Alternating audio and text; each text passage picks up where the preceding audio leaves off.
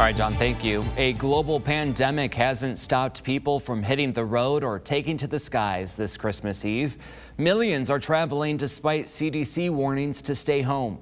TSA estimates around 5 million people passed through security checkpoints at airports between Friday and Tuesday. Here in mid-Michigan at Flint Bishop, officials tell TV5 this Christmas week has been one of their busiest of the year. However, most travelers say it's a risk they're willing to take so long as they follow safety protocols.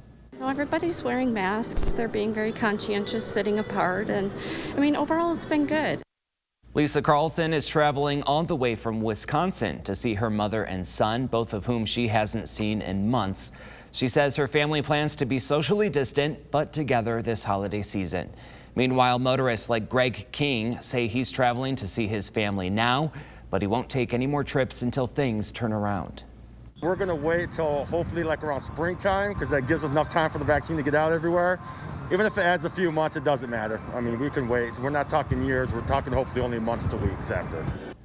Well, AAA predicts 85 million Americans will travel between today and January 3rd. That's a 30% drop from this time last year, but an all-time high for traveling during the pandemic. And meantime, Michigan added more than 3,400 new cases of COVID-19 yesterday. That brings its overall total to nearly 470,000 and the death toll at 11,775. The state will not update totals today or tomorrow. They will resume on Saturday, December 26th. And while cases continue to rise, those numbers are improving in recent weeks. That's with daily cases now just half of what they were 1 month ago. But mid-Michigan may be the new hotspot. According to the State Department of Health and Human Services, hospitalizations are down 30% since the beginning of the month. But the Saginaw region is still the most heavily impacted. 93% of ICU beds are full, nearly 1/3 of them COVID patients. Our cases are continuing to decline. They've been declining for more than 29 days now.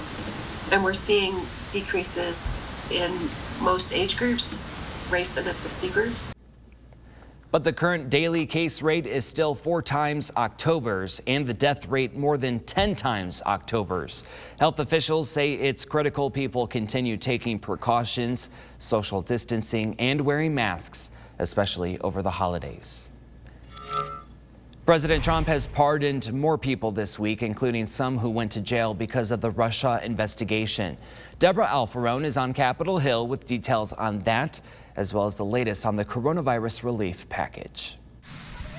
President Trump pardoned more than 24 people last night, including some longtime political supporters. Roger Stone was treated very unfairly. Former advisor Roger Stone was convicted of lying to Congress, witness tampering, and obstruction stemming from the Russia investigation. My trial was a Soviet-style show trial. Former campaign manager Paul Manafort was convicted of financial crimes brought by special counsel Robert Mueller. I feel very badly for Paul Manafort. Also receiving a pardon, Charles Kushner, the father of President Trump's son-in-law, who completed his sentence over a decade ago. Loathsome, disgusting crimes. Former New Jersey Governor Chris Christie, a one-time ally of President Trump, was the U.S. attorney who prosecuted him. Guy hires a prostitute to seduce his brother-in-law and videotapes it and then sends the videotape to his sister to attempt to intimidate her from testifying before a grand jury. Here on Capitol Hill, the focus is on presidential vetoes. President Trump vetoed the national defense bill yesterday, and he's threatening to do the same to the coronavirus relief bill. People are hurting right now. They're hurting. Today, House Democrats will introduce an amendment to try and increase the amount of the bill's $600 stimulus checks after the president released this message. Increase the ridiculously low $600 to $2,000. It's a long shot, given they need Republicans to agree, leaving the bill and much-needed money on the table while Congress goes home for Christmas. Deborah Alfarone, CBS News, Washington. The coronavirus relief bill passed with a veto-proof majority, but the president could veto it anyway, delaying any stimulus checks getting in the hands of people who need it most. Now, the defense bill also passed with an overwhelming majority. Congress is expected to override the veto next week. Still unfolding, Saginaw Major Crimes Unit is investigating a homicide. It happened near North 21st and Chambers. Residents heard gunshots Tuesday night.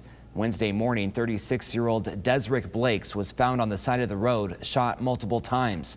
No suspects have been identified. Anyone with information about the shooting can contact the Saginaw Major Crimes Unit. And a man charged with open murder and mutilation asking the court for an independent psychological evaluation. Mark Latunsky's public defender put that request in yesterday, but the judge says it's unnecessary. Latunsky is accused of killing 25-year-old Kevin Bacon 1 year ago. Bacon's body was found in a secret room in the basement of Latunsky's former Shiawassee County home.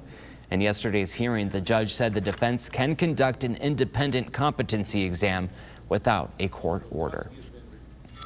More local news, a business in Bay City giving to those in need this morning. Old Town Gym is giving away Christmas dinners. That's starting at 9. That's at 4435 Raven Lane. Now the meals include a holiday ham, potatoes, and green beans. It's all through a contactless drive-through. And tonight, Rock Church is hosting its annual Christmas Eve gathering, but it looks a little bit different this year. The event will be outside in the woods on its property in Fenton instead of the traditional indoor gathering. That starts at 7 tonight. If you can't attend, you can watch it on YouTube. We have a link for you in the hot links page of WNEM.com. TV5 News time right now is 6:10. Hope is on the horizon as the nation's vaccine efforts continues. When the nation's top doctor says life could go back to normal. And President Donald Trump attacking Iran on Twitter. Find out why he's targeting that country.